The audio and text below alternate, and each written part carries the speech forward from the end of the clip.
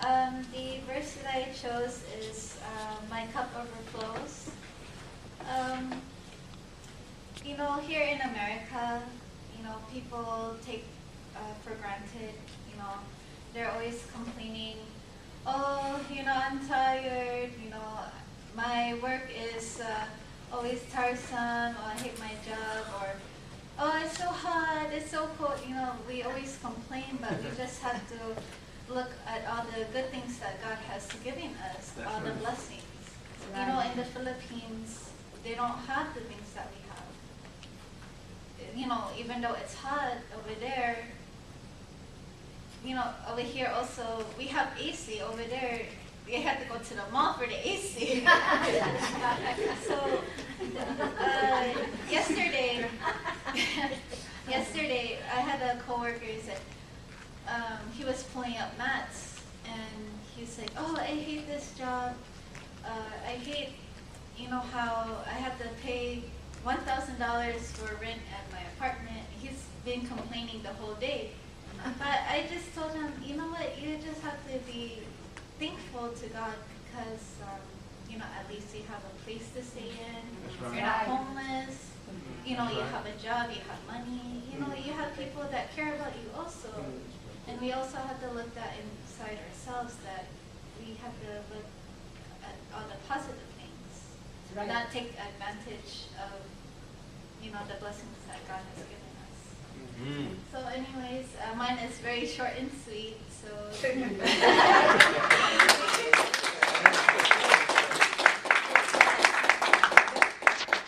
Everyone. I'm probably going to be jumping from verse to verse, but I'm going to meditate on one verse. It's Psalms 23, verse 4. Even though I walk through the valley of the shadow of death, I will fear no evil, for you are with me, your rod and your staff, they comfort me. As you guys know, I've graduated with accounting. Now my next step is to take the CPA exam. And the process of applying and going through, make sure that you're qualified, blah, blah, blah, blah, has taken a while. And now it's time for me to take the review because I'm finally approved. So I haven't even started my classes, but I've already started being very scared and anxious. It's stressed me out just thinking about it. And, I'm wondering if I can do this or not. So and then I thought about it because I have to quit my job, and whenever my job is not too big of an income, but, whenever you're used to having income, you don't want it to go away because it's helping you pay your bills, it's helping you, go through life and whatever. That's right. Whatnot. So, just in case. So, to me, that when I see that even though I walk through the valley of the shadow of death, I will fear no evil. I've read a lot of things, people saying, people having to retake the exam, they give you 2 years, but people having to retake it after 2 years because they keep failing. And they said, CPA exam, you are a monster, but I will defeat you. And I said, oh my God, I didn't know it was going to be a monster. I thought it was just a test. But people were saying I have no life for over a year and a half because all I do is study, and blah, blah, blah, blah. So I decided I already put in my 2 weeks notice for my job because I'm going to dedicate my time to pass this test. But even then, I'm still scared. And I sat there thinking, I don't have accounting experience. The job that I've been doing is not really accounting. So I'm scared that I'm not going to get a job because nowadays they expect you to have experience. Here in the U.S., in the Philippines, you go to school and mainly just focus on school. You don't really work. Here in the U.S., they expect you to work and go to school. They expect you to have this busy lifestyle. And just to have this rat race, trying to be on top. So when you get out of college, you already have all the experience, you have these people hiring you. Well, I refuse to live that kind of stressful lifestyle. I still have Chastity, I still want to make time for her. So I want to focus one thing at a time. I have no experience. And I told my mom and my dad, I said, I'm so scared because what if I'm, an accountant or CPA? I still won't get hired because I don't have any experience.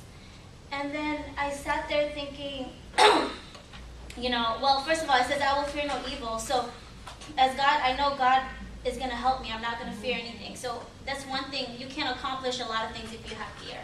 Because at the same time, it goes back to not having faith in God. And that's when I thought about it. I said, well, I'm going to have my certification. I'm not going to have experience. I'm not going to have any job. I'm going to be jobless with a certification. What is that? I said, there's no point. And then it says, your rod and your staff, they comfort me. Now, rod and staff, I didn't know until we saw that it's discipline. I thought rod and staff was a cane, that he will help you walk through the valley with a cane. But rod and staff is discipline, and that reminds me when I read something. There's a shepherd. When a shepherd, God is our shepherd, and we are the sheep. What a shepherd does, when one sheep goes astray, when one sheep goes away, right, the shepherd would go after it and get it. Just one sheep. But sometimes the sheep doesn't want to follow the shepherd. What does the shepherd have to do? They have to break the feet of the sheep and carry it back home to safety. And when I see this, I said, your rod and your staff, they comfort me. How is that comfortable when somebody breaks your feet and takes you back home? You know, and then I thought about it, that discipline is breaking. God, you know, God has to break us. God has to break us. And I said, Lord, I've been through brokenness before. It's not pleasant. It's not pleasant. But I said, I'm going to have faith before you have to break me to have faith. Right? I said, I'm going to have faith now before God breaks me and says, you better have faith in me or else something else will happen to you. And so I decided, you know what? I'm not going to worry about it anymore. I'm just going to take one step at a time. I can't think about the future. As long as you do what you have to do, God will provide. You know. And then I talked to my other friend who's also going to take the CPA with me. And she says, we need experience, and we need this, and we need that.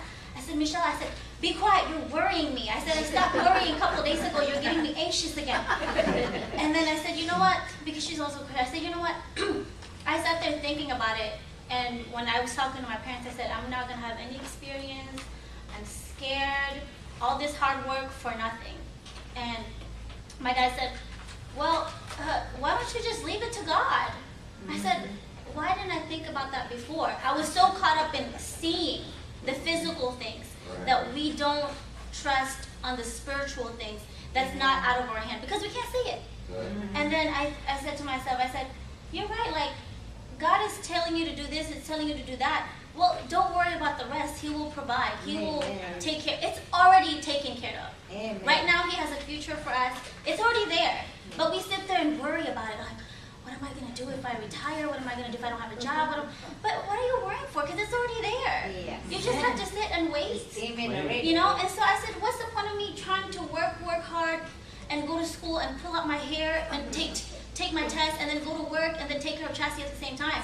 By the time I'm going to be hairless. I said, I can't do that. That's when it comes down to, He makes me lie down in green pastures. He doesn't want you to be stressed always on this rat race. We don't want to be in a rat race here in America. Right. We're forced in it.